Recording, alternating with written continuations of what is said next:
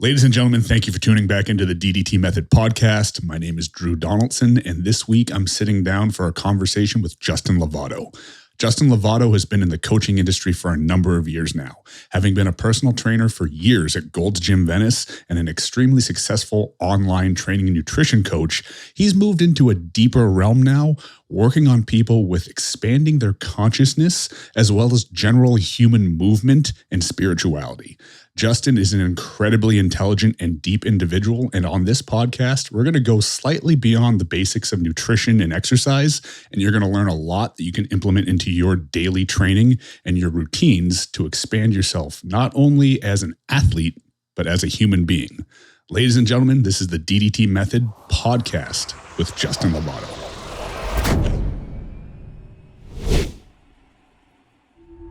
All right, and welcome back to the DDT Method podcast. Thank you for tuning in this week. This week, we have a really cool guest who's going to give you a pretty unique perspective, especially in comparison to some of the other guests that we've had thus far. Now, we've had bodybuilders, we've had coaches, we've had people on different aspects of training from nutrition to biomechanics. Right now, we're going to sit down, we're going to talk with Justin Lovato. Now, Justin was a very high-profile trainer out of Gold's Gym Venice, high-profile competitive bodybuilder, but he's thus moved and transitioned his business into a completely different realm that I think is going to tie in a lot of the stuff that you guys might be familiar with, but then is also going to go off into a different direction with a lot of stuff that you might be able to incorporate into your own training and maybe want to look into diving into deeply on your own. But we'll kind of get into that as we go. I kind of want to go over your story a little bit, Justin. So tell us who you are and what have you done to take you where you are right now? Oh, man. Who I am, that's kind of a big question, like as you said, for a part of my life and a part of time, I was bodybuilding for quite some time out in Venice, California, and actually trained with Ben often, a mutual friend of ours. He would often come to Venice when he'd be prepping for shows, and about 3-4 months out from a show, and he would come stay in Venice, and we would train together as he would prep for shows. And I lived there for about 14 years and competed and also trained, as you said. It was a wonderful place to actually do a lot of that work. It was like kind of the hub, the mecca, but also just a wonderful community. So I was able to really thrive in many ways there. And during that time, I was on my own path of self-discovery, and I started getting into different forms of mindfulness. And one of those forms was breathwork and meditation. And that really projected me into like where I'm at now, which is mentoring is what I mostly do on consciousness. And I use certain tools or modalities like breathwork, meditation, sound and frequency, plant medicine, conscious conversations, and movement still, but in a much different way. So tell me a little bit about how your movement has evolved, and then we'll get into everything else. Now, obviously being a competitive bodybuilder, I'm sure you used to train based primarily on hypertrophy. What aspects of that have you kept, and what exactly have you changed, and why have you changed it? I was always an athlete before bodybuilding. I grew up wrestling and playing lots of sports. And I was mostly active in sports until about age 25. And when I made the move to California to focus strictly on bodybuilding, I actually stopped playing all sports outside of bodybuilding. I stopped grappling as well.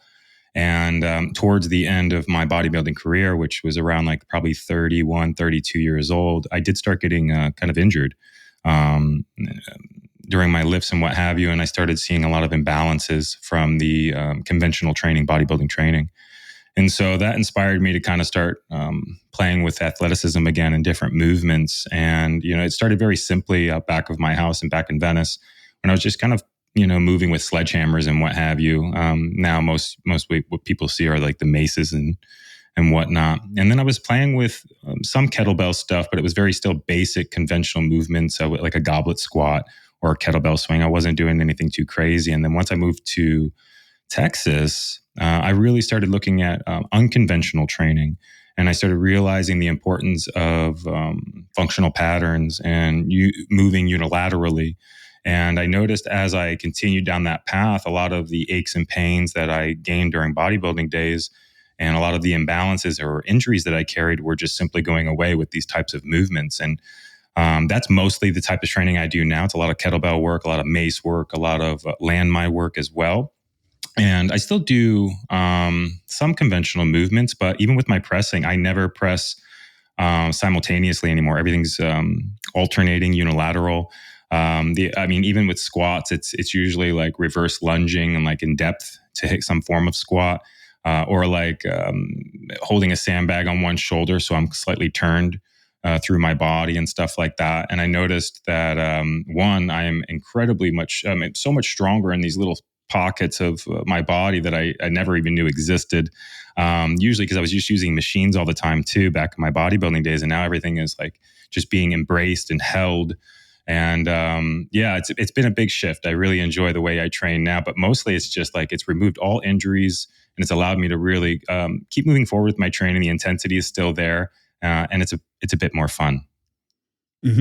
Now, what is it about these primarily unilateral movements that you think are preventing all these injuries? Is it just resisting rotation? Is it just handling loads that are more resembling things you would encounter in day-to-day life? A little bit of the above? Is there anything specific? Yeah, I think it's just how we naturally move with walking and running and throwing and punching. And so I started simulating a lot of those types of movements.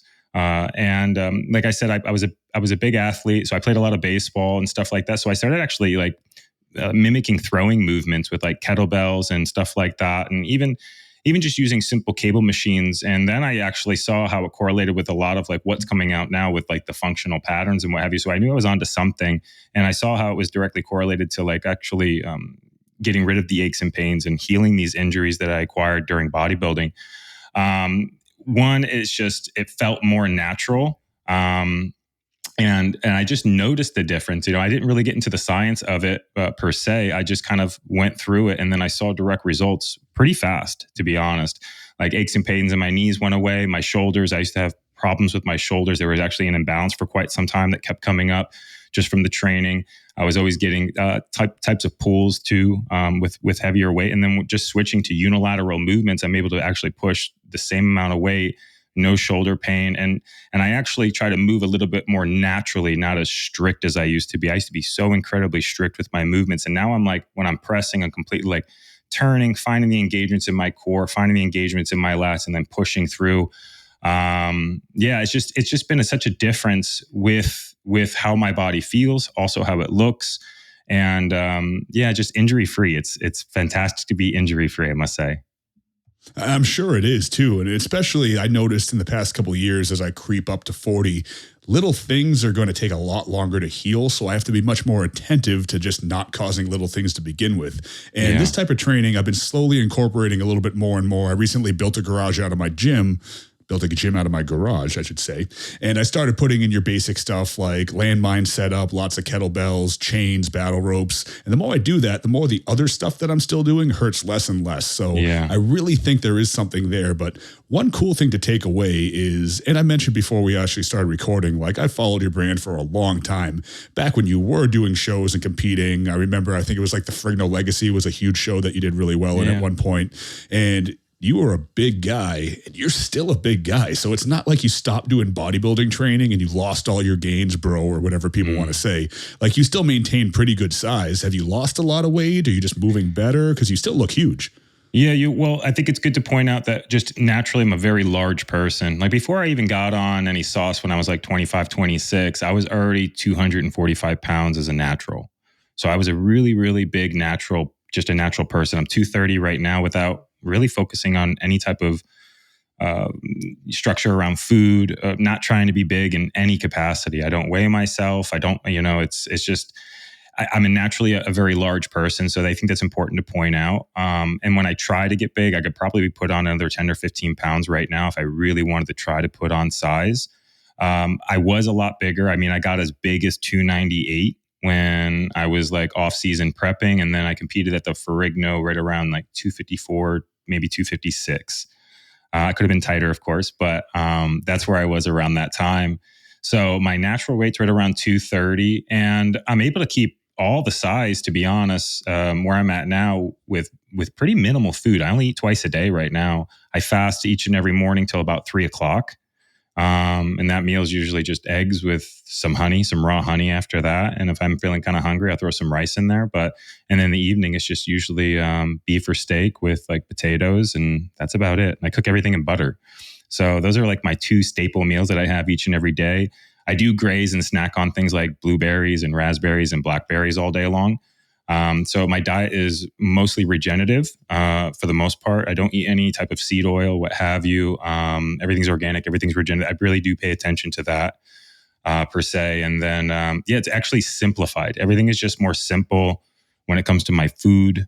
I think a big component too that has helped me is my mindful practices. One of the questions that Mark Bell asked me was just that, like, how did I essentially stop bodybuilding, stay motivated, and what have you? A big part of that was first making it very clear my why for training all of those years. And for me, I never trained from a place of unworthiness.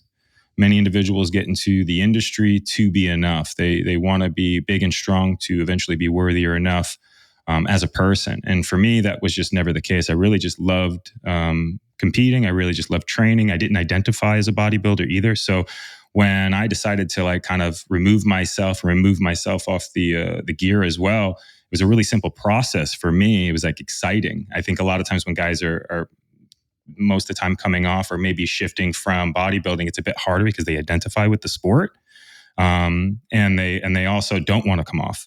And so I was excited to come off. I never really enjoyed being on when I was on. I was excited to explore my body again and the athleticism that I had once before. So, and I'm a big, not even believer, a knowing, if you will, of how powerful my mind is through my breath work and my meditations to get my body strong, to make sure my testosterone is naturally high, all those things. So that was a big component for me, was my practices as I was, shifting, so to speak.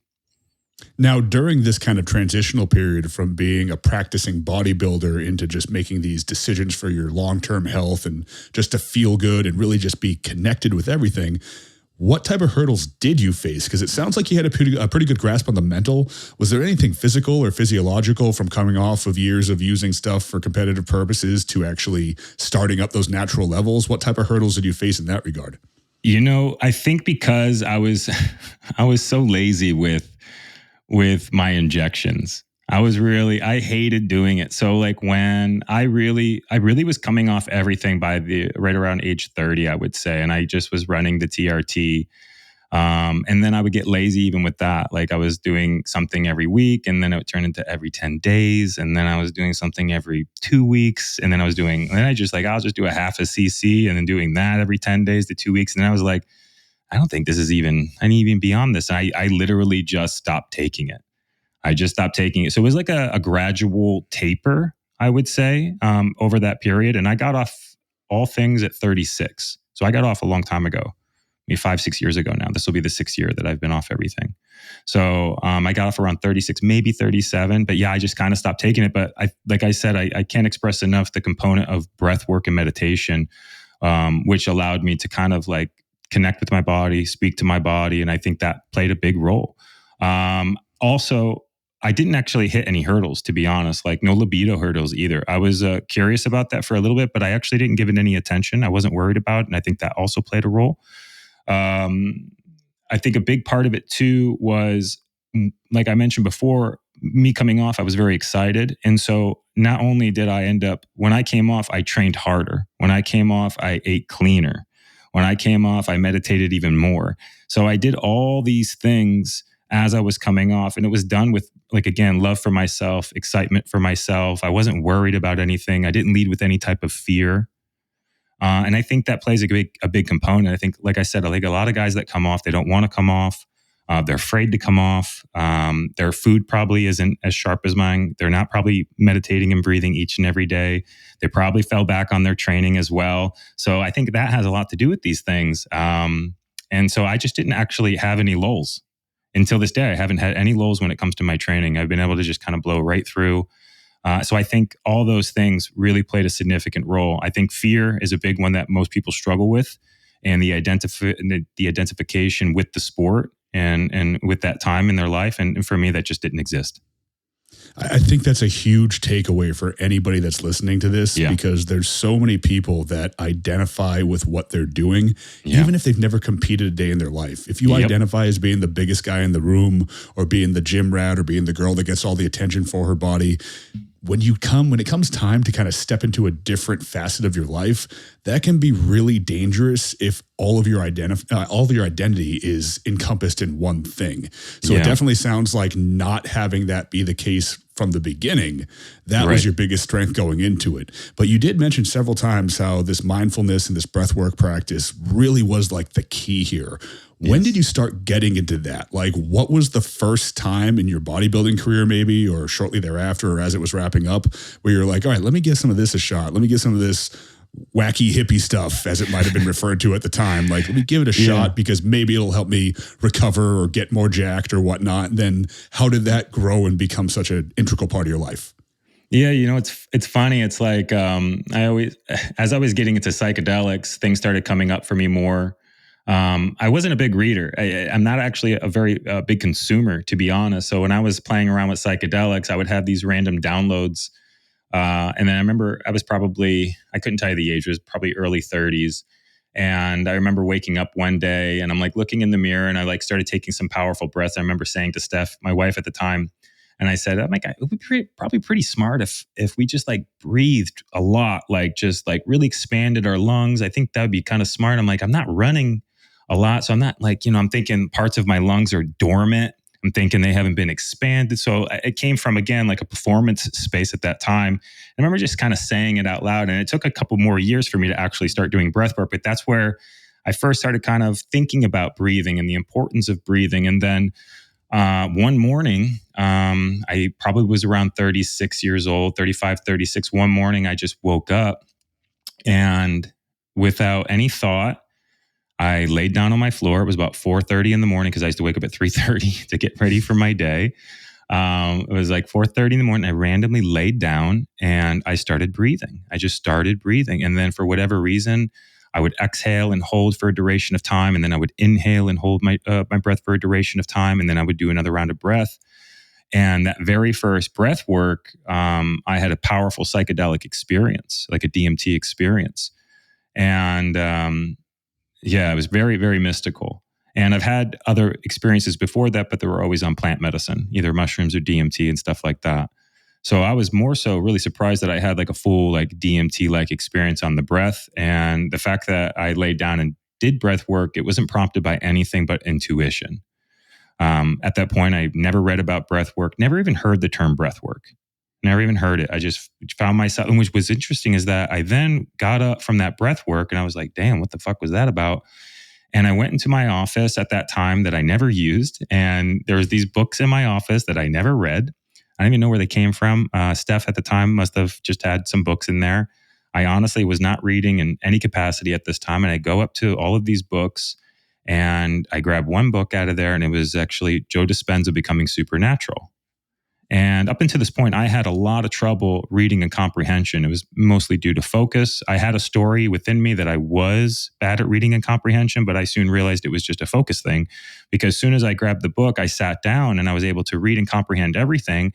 And I became hyper aware that it was due to what I just did on the floor, breathing and falling into a meditative state and becoming very, very present. And so that presence carried over to where I was able to read and comprehend. And not only was I able to focus and read page after page and consume all the information, it directly correlated actually with my experience I just had, which was really far out. Like the book was like matching my experience. And so I woke up the next morning and I did the same exact thing. And then I read another chapter and it correlated again. And so it was very serendipitous, if you will. It was very synchronistic. It was really far out, to be honest, like you could say the least. My life from that point on got very, very interesting in a mystical sense. Things started happening outside of myself. I had more and more powerful experiences, more downloads, if you will, on how to see myself, how to see the world. I started talking about breath work, and that's when I started talking about my breathing and my experiences on my social media. And that's when everybody was like, well, have you heard of Wim Hof? And at the time it was like a hard no. I just didn't know who he was. And they brought up a few other people. So then I wound up buying his book and I checked out his book and I was like, oh, wow, I'm doing exactly what this guy is talking about in his book. A little bit different. But I realized like what he was doing. I did, it was a wonderful book, but again, I didn't read into any of the science of it or anything like that. I just continued with my practices. And with that came massive amounts of information from what I would call my higher mind at this time. And I just knew how to articulate certain things in a very, very palatable way for people to understand. And my clients, all my PT clients, saw this shift within me, within how I acted, my presence, my energy, and what have you. And then they started asking, like, "Hey, like, I would like to try this breath that you're doing. Can you lead me through what you're doing in the morning instead of training today?" And I'm like, "Sure, no problem." So I would lay them down and put them through this whole thing. And I just kind of created something off a whim when it came to this program. And it's literally the program that's my biggest program today, which is Transcendental Breathwork, that was created accidentally one day, waking up and laying on my floor and getting all this information. And even then, it's kind of funny. It's like, I've really gotten into understanding more of the spiritual aspect of things through this journey, and just simple things like picking 7 rounds randomly, and there's 7 energy centers, 7 chakra centers. So there's a lot of just like really fun mysticism, really fun synchronicities in my development in this process. That's a very simple yet incredibly rad origin story, I've got to say, because it's just this giant paradigm shift. It's so funny because just this past weekend, and this is going to air a little later, but this past weekend, I attended a biohacking conference in Palm Harbor, Florida, run by Dr. Jay Campbell. And Jay does a lot of stuff that connects the spiritual side of things to the more physical side of things. He's an anti-aging doctor. Well, he's a biohacking specialist, I guess you could say, but does all this anti-aging stuff, all this stuff with peptides, all this stuff with hormone replacement. But then he's super strongly connected to the spiritual side too. So there are equal presentations on that, presentations on psychedelics. It was an amazing experience. Backtracking a little bit to this first experience that kind of like turned you into this direction, just for anybody listening to this that might be a little bit more on that gym bro side, describe what you meant by that DMT experience, and then describe what you meant by feeling present immediately after. Okay. So a DMT experience is going to be different for everybody. It's when you completely dissolve the body, dissolve the human thinking mind, and you essentially transcend into your astral body, your higher mind, or you can even go far enough into complete oneness, which is also incredible level of presence. So that was the experience. And with that experience, the DMT visual aspect of it, a lot of it's just geometrical shapes, but also depending on the lesson, so to speak, because a lot of times you learn these powerful lessons or get these downloads from this quantum field, from this conscious field. So it's a bit different for everybody. And sometimes it would just be geometrical shapes or powerful colors or images. And with that, there was a story or there was some lesson that came through. Like I can understand the message through these shapes, through these geometrical patterns. Other times it would literally be like a cartoon that was telling a story. So it would differentiate. The DMT is not going to be the same for everybody. Everybody has different lessons or different things that are going to be happening in that space. My first time ever smoking DMT was around 33. Like completely left the body, and there was a powerful female entity, and so I was just like consciousness, no body. Then there was another entity next to me. Again, there was no body. It's like you think you can see. I'm putting it in quotes, but you're not really seeing anything. But you think you feel or see these sensations or entities, if you will. But really, there's no seeing. So a lot of this is just very hard to explain these types of experiences. But they're more so like sensations, emotions, feelings, presence. It's hard to really kind of put into words. It's almost impossible, I would say. So it's for me, DMT, or not DMT, but these experiences when I meditate and fall into presence, what it is that I'm quieting my human thinking mind, and I'm actually connecting with my true self. I learned a long time ago that you have thoughts, but you aren't your thoughts. You have a mind, but you aren't the mind. And so if you're not your mind, if you're not your thoughts, who are you? And so I started kind of becoming really curious about that. When I'm having no thought, I learned that that's who I am, awareness, consciousness. And so I started paying attention to that level of presence. And presence, I realized in my meditations, when I could obtain that level of presence, a portal would open, so to speak, giving me access to the conscious field or my higher mind. And this is where I would get information on, or where I would find my guidance on how to navigate my life experiences. So you can achieve all this now simply with meditation and not by using the plant medicine or the psychedelics to get there. How hard is it to take somebody else to that level? Is this a giant process? Not hard at all, actually. Yeah, I do it every day. So I do it every day. Yeah, that's the thing. It's like, it's just, you can use, so the breath is kind of fun. Once you realize what we're doing with the breath is going to move a lot of the excess energy that's in the body, which is what makes it so hard to be still. A lot of individuals are like packed full of emotions and energy and what have you, and your brain is consistently creating stories or narratives based off those energies and emotions, and also your brain is programmed to consistently have these thoughts and conditions and what have you. So I've learned to be able to teach people with the breath, because your brain has to focus on the breath, which creates a level of presence. That's why so many people love the cold plunge. So the cold plunge makes the brain focus on the present moment, which this is fucking cold. Mm-hmm. Right? So it tricks the brain to be very, very present. And with that presence, there can be some form of awareness. And then with awareness equals behavioral change.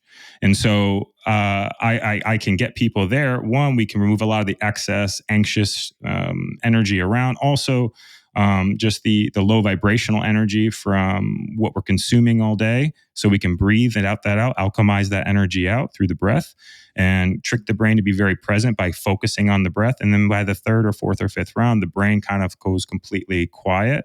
And then that portal, so to speak, opens for the higher mind to come through. And you can have visuals, but it can also be just blackness. For a long time, I meditate, and there's no mysticism. There's no pretty colors or what have you. It's just blackness, just stillness. But within that space, I'm operating from my higher self, my higher mind, my place of loving awareness, if you will. So almost, if we were to very much so simplify this for somebody that's just trying to comprehend how they can use this to improve their life, you're essentially using the breath work to just quiet all the noise, to just almost level the playing field to the point where what's there is kind of what was always there, but there's nothing else coming in. Am I right? Yeah. And it's good to also point out not to try to quiet your mind. It kind of happens in itself in time. At first, it's a bit hard because most people's brains are so go, over analytical, and it's loaded with intrusive thoughts. So a lot of times in the very beginning stages of breath work or any form of mindful practices, the brain is very, very loud, and actually gets loud, even louder in the very beginning. And so a lot of times it's more so having the ability to allow those thoughts to be, as opposed to trying to quiet them. The quietness just kind of happens naturally. If you try to quiet your mind, you'll get caught up in that space, and it actually won't work, because you'll probably become frustrated within that process. So it's about just being okay with the thoughts being there, and more so not grabbing the thought. So back to the same process with identifying as a bodybuilder, most individuals listening to this also identify with their thoughts. So that's a big thing too. So what will allow you to actually meditate is first to not identify with your thoughts. If you think you are your thoughts, meditation will be very, very hard.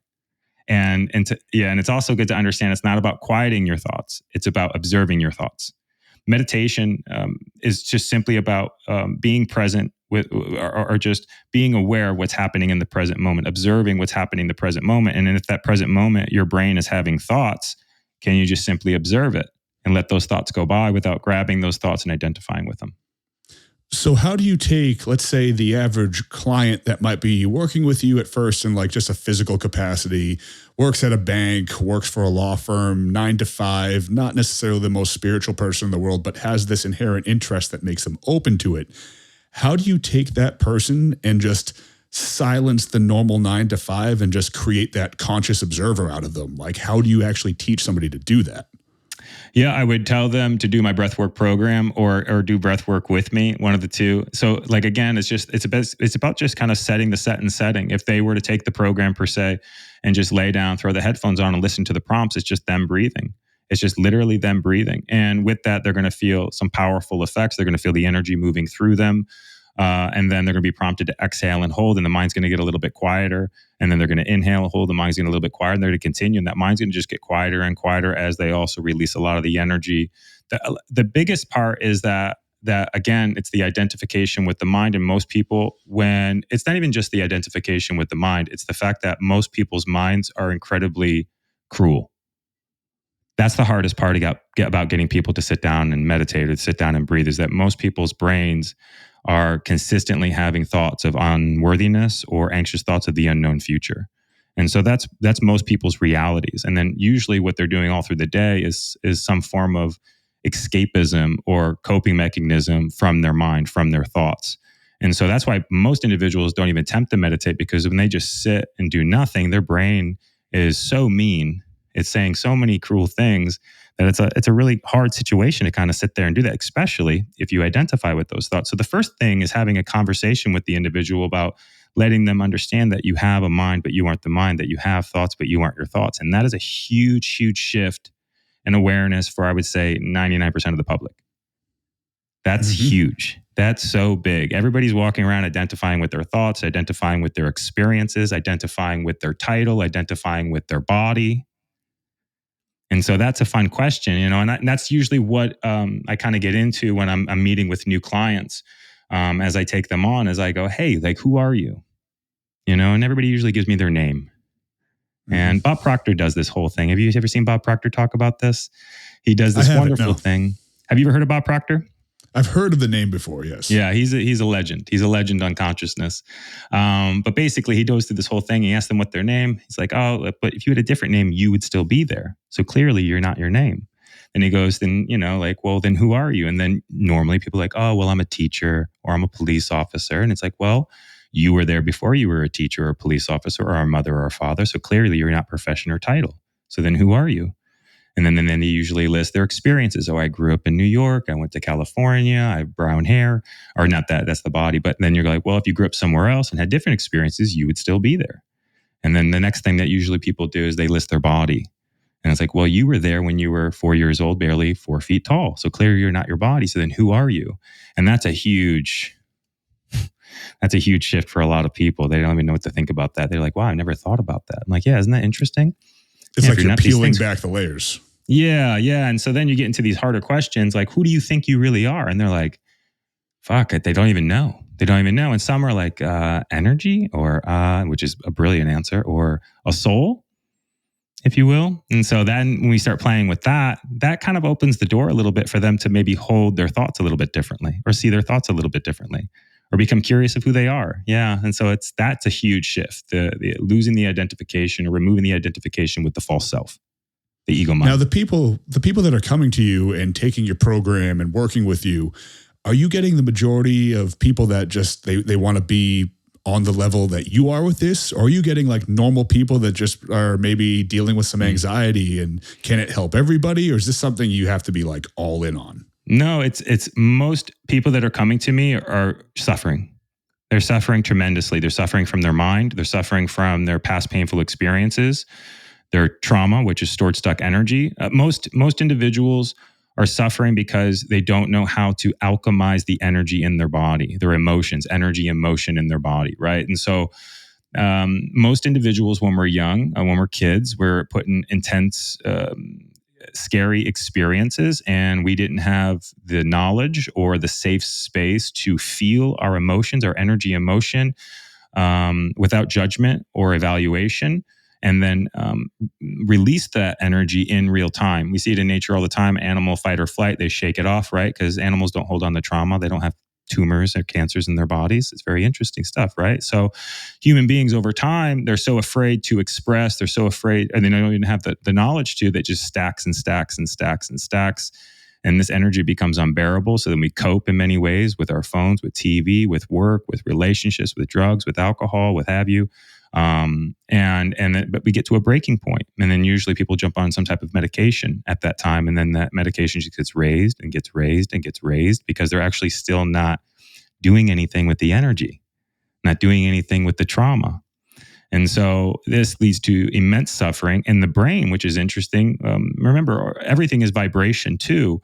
So your thoughts are vibration, your words are vibration. So every time you have an intrusive thought, what does that create in your body? A low vibrational feeling. And then nobody does anything with it. It just stacks. And so what happens when you have a low vibrational, sentence about yourself, an unworthiness sentence about yourself that also creates a sensation, an emotion within your body. So we're creating these things too, consistently all day long. And we're also getting it from, everything else, our food, our music, people. And so conscious consumerism is a big, big part of this too, learning how to deal in vibration, learning how to see things in frequency. And so that's a big part of the work too. It really sounds like mastering this gives you that ability to just achieve presence in your day-to-day life. Yes. Now, there are people that are going to watch this from both sides of both different camps, I guess you could say. The more spiritual end, which is going to absolutely agree with you on every front. And then there's going to be kind of like the biomechanics and nutritional sciences crowd that I'm not saying they're going to roll their eyes at it. Hopefully I don't attract that type of a crowd, but the people that look at it more as outside the spectrum. But if you bring these worlds together, that ability, based on what you just said, to be present, to be able to observe your thoughts and not let your thoughts essentially build up into these negative vibrations that are going to basically be weighing down on you like a backpack full of rocks. Yes. Well, that ties directly into what some people might describe as just regulation of the nervous system in such a way that you're just not in this sympathetic state where your body's fight or flight out of fear and anger and just sadness all day. And then your body's in a better state to recover. So do you see a lot of physical qualities improve when people master this? And then what type of stuff are you seeing? You don't get sick. I don't get injured. I can heal my body also as well. You can heal your body in real time. That's what I was explaining in the beginning phases of like, with raising your vibration, because you're also not only letting go of the low vibration, you're also raising your physical vibration. You're raising the frequency of your body. And what could be helpful is like, we can look at this from a physics point of view, right? Everything is atoms. Everything vibrates. Everything vibrates at a specific frequency. Everybody can agree on that. Right? And so depending on your thoughts, if you have healthy thoughts, that creates a high vibrational frequency within your body. If you have low vibrational thoughts, it creates a low vibrational. If you eat low vibrational food, your body will be low vibrational. If you eat high vibrational food, it'll be high vibrational. And what goes into that is really interesting. It's like, because everything is energy and everything is vibration, that includes your intentions. Intentions are vibration. It's really fascinating. So when you buy food, like say you can have two steaks per se. So one steak is made from a factory farm where they mostly just care about making money, right? The animal's not treated well. It's fed grain, it's fed antibiotics, all these things. Well, that cow is going to have a certain vibrational frequency depending on the intentions that went into it and the stress of that cow. If you take that energy and you consume it, it'll lower your vibration. But if you go to a regenerative farm where there was love that went into the earth, love that went into the cow, love that goes into the whole process, those are also vibrational intentions, loving intentions that go into that process. And you consume that animal, it's a completely different experience. Same thing with music. Same thing with companies that you support. So I pay attention to all that kind of stuff. And a lot of this gets into like the hermetic principles and stuff like that too. It's so funny because this whole other side of the equation here wants to look at everything that's quantifiable in a study, but they want to approach it in such a way that it's as if they believe that society has advanced to this point where we have the studied answers for everything. There's all of this information that's unquantifiable thus far that maybe one day we'll have some sort of metric or blood test or machine that can quantify it. I think Joe Dispenza does a good job of that. Like he's able to like do all the measurements within the brain and stuff like that and see the wave literally coming off of you. And so he's doing wonderful work in that space. If people want to get into if they want to like connect the science with the woo woo, he does a really wonderful job of doing that. Once I started really getting into just the hermetic principles and understanding the laws or principles that govern the universe, that's where I really excelled. And I pay attention to that. And a lot of people don't understand, again, like your thoughts are vibration, your words are vibration. The first law, for example, is all is the law of mentalism, all is the mind. And so I think, therefore I am. So your thoughts become things. And they've been able to, it's pretty cool. Now, what are some other tools that you use for this or use in your practice or you have available to you or just maybe stuff that you believe in? You mentioned the cold plunge is a good way to kind of trick your body into becoming present. Do you believe in use of like hot and cold therapy, sound vibration, stuff like that? Like what are some of these other modalities that could be useful? Yeah, I mean, I don't use them for any type of recovery part, to be honest. I actually just use them to create moments of presence. That's Mhm. what I use most of my modalities for, is to create just and train my brain to be incredibly present so that I can operate from a more self-aware space, from my higher mind, from consciousness. I know that if it's these mindful practices have allowed me to kind of have no thought as I go through the day, which is really phenomenal, to be just hyper present in this space. I'm not reactive, and what's cool about presence, it's the, and this is going to sound pretty funny for a lot of people listening, is like I believe is the same frequency as love, and love is a frequency, and so stillness or presence I feel is the same frequency as love, and so when you're in your present space, you see things through a lens of love and understanding. And so you see the world completely different, as opposed to, say, a fear based lens. If your mind is at a consistent worry or dread or not enough or unworthiness or anxiousness, that'd be a really interesting lens to view the world through. And so the presence, being in such a present moment, allows me to see things as they are without judging them, without needing them to be any particular way. And I noticed a long time ago, if I try to resist reality, that's when I find divisiveness within myself. Reality is reality, and can I just see it as it is, from a place of love and understanding? And that's kind of like how I've trained my mind to be as well, with these practices, with these modalities. When it comes to either cold plunge or sauna, yeah, I just meditate in the sauna. I'm just meditating in the cold plunge, and like I speak my affirmations every morning, and I do my mantras, but not in like a way of trying to like trick myself to believing these things. It's more so, again, understanding that things are vibration, and that also my brain is a supercomputer. It's a quantum computer, right? So I can understand my brain as a computer, and I can reprogram it. And most of our brains have been programmed to not be enough or to think all these other things. So I learned that if I think positive thoughts and I repeat positive thoughts, I can reprogram my human thinking mind. And then with that, my human thinking mind can influence my subconscious mind, which creates your reality.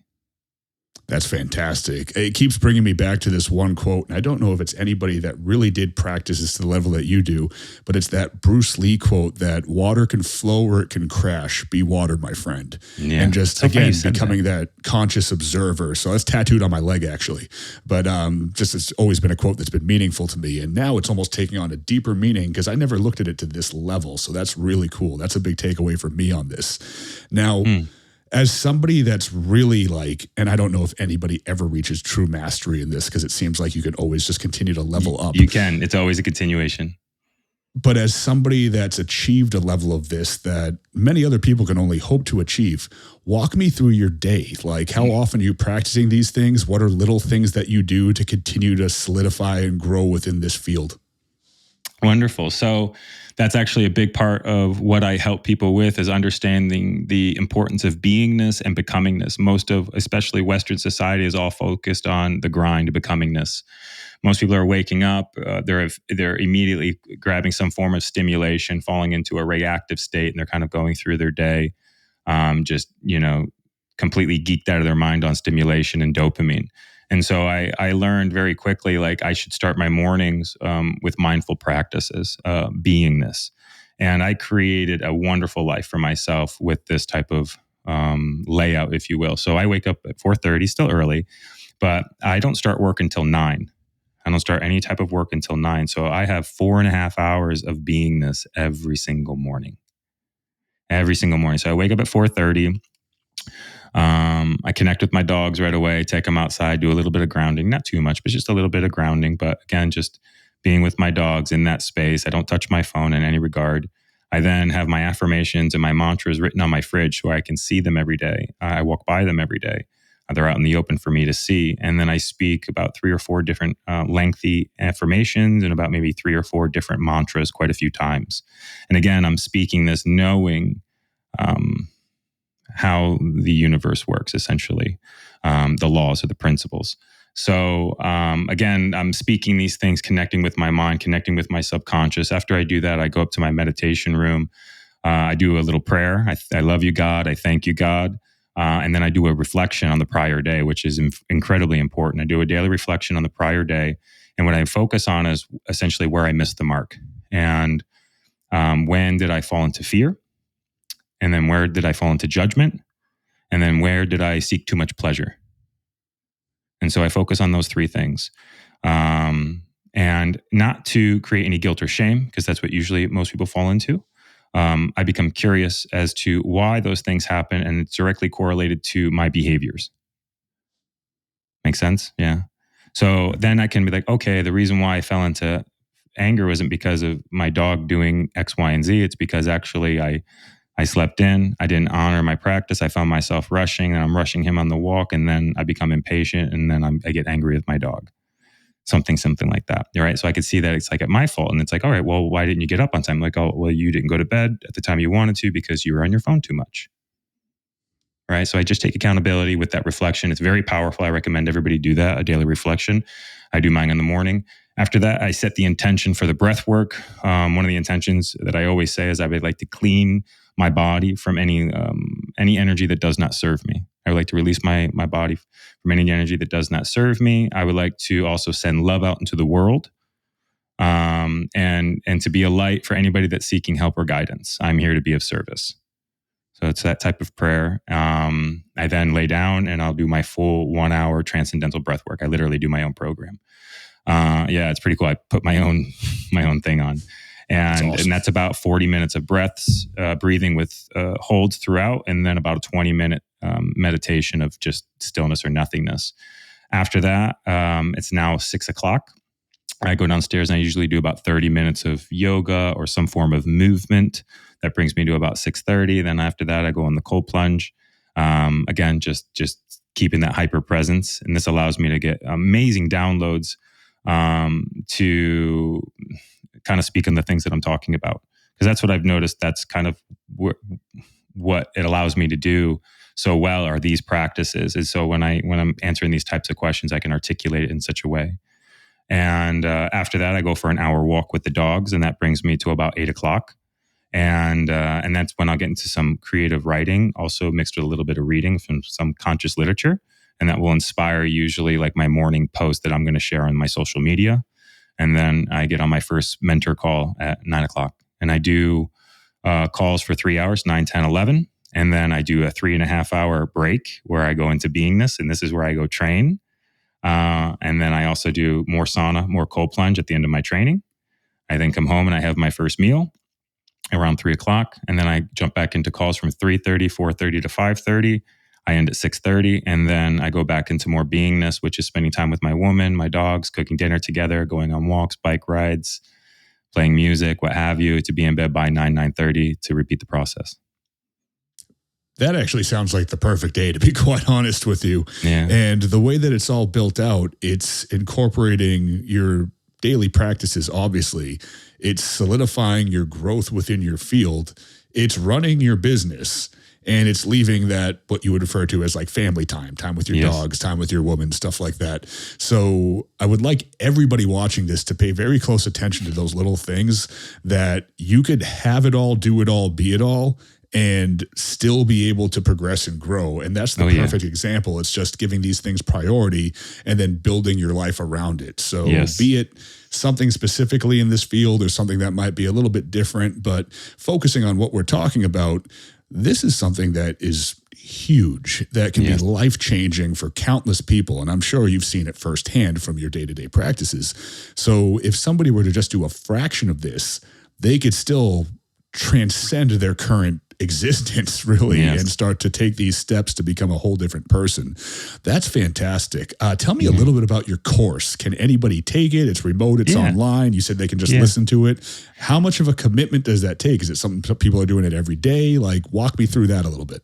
Yeah, it's available for everybody. It's just I have a few different breathwork programs. Essentially, like when someone say to reach out and connect with me, and I would love love your listeners to understand. Like, I get a lot of people have kids.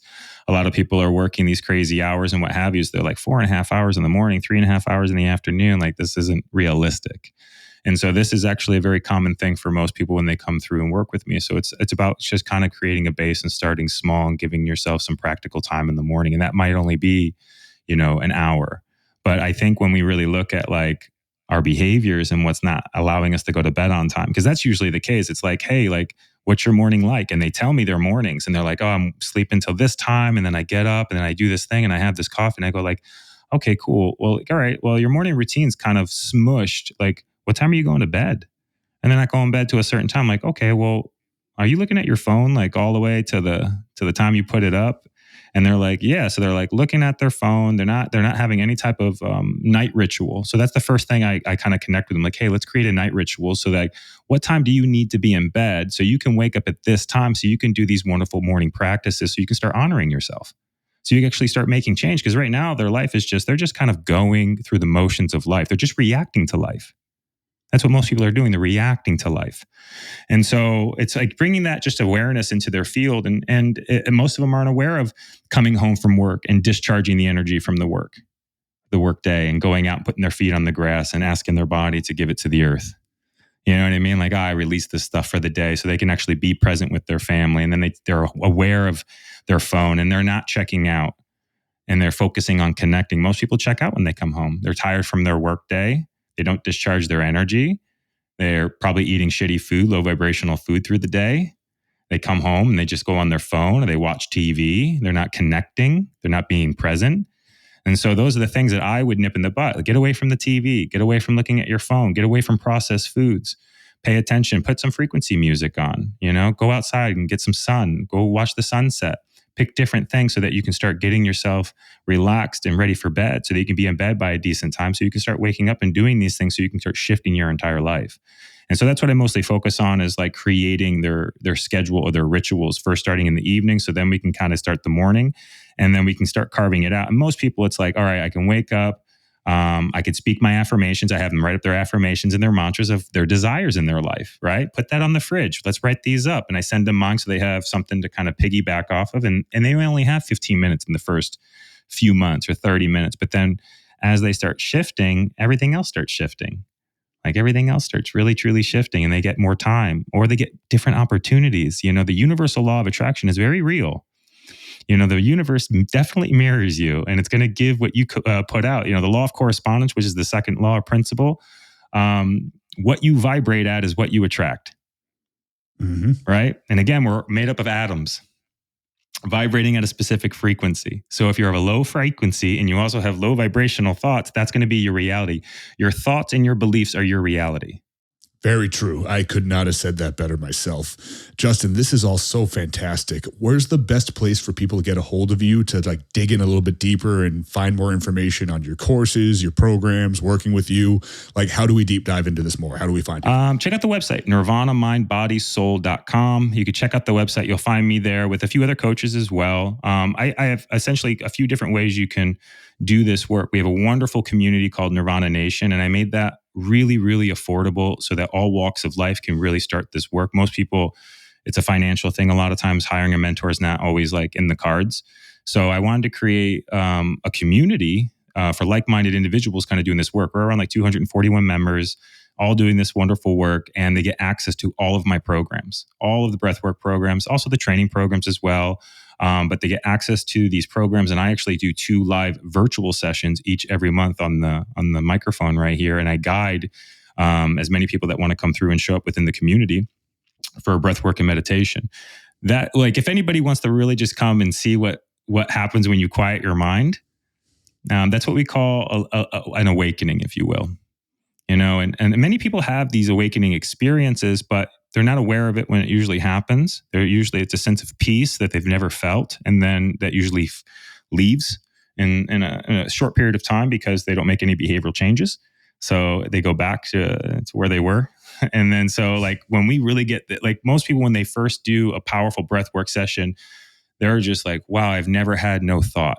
And then with that, there's a sense of awareness that comes through and how they see things. And another thing that happens is when you raise your vibration by cleansing your body with your breath, you now are very, very aware of what actually doesn't align with you. Like, you can listen to something, and if you just did a breath work and you maybe go listen to something you used to listen to that's of a low vibration, whether it's the music itself or the lyrics, and you'll feel a difference. It's the same thing with food. It's the same thing with people. You'll like start to feel like, this doesn't actually feel good to be around. You'll start picking up. You become very, very hyper aware of those things. And so as you keep cleansing, you'll start making behavioral changes. That's the important thing too, is like presence equals awareness, and awareness equals behavioral change. Most people don't have awareness on anything. Amazing. This stuff is so important. And I implore anybody listening to this to check this out. Again, this might be something that's a little bit outside the box if you're more on the fitness side of things. If you're more on the spiritual side of things, you've probably already signed up over the course of listening to this podcast. That's how valuable this information was. But I can't stress enough how important some of these actionables are, just to making small changes that can make gigantic impacts in not only just your day-to-day life, but just your overall being. And I truly do mean that. As I kind of get a little bit older, hopefully get a little bit wiser, knock on wood, and become a little bit more spiritual myself, I find myself leaning in this direction more and more also. And it's something where I'll definitely be checking it out. I want to look into this community, and I want to learn more about this too, because as I grow and as I learn, I want to expand into all aspects of life. And this one seems fantastic. Justin, thank you so much for your time, brother. Love to have you back on here to go a little bit deeper in the future. And then from there, hopefully we can do some work together to get some more people looking in your direction to kind of expand their horizons in this regard. Of course. Yeah. Reach out if anybody is curious or has any questions. It's a lot that we kind of try to fit in there, but it actually makes more sense once you actually partake and start putting in this work, putting in these practices. Your life truly changes. Your reality truly changes. It's quite beautiful. So if you're interested, definitely reach out. If you want to be done suffering from your mind, reach out. If you're someone who's been struggling with your mind, reach out. You can totally be free, psychologically free from your mind. It's really quite beautiful. Presence is beautiful. Awesome. This is the DDT Method Podcast. All the links will be in the description. Please check out all the work by Justin Lovato, and we'll catch you again next week.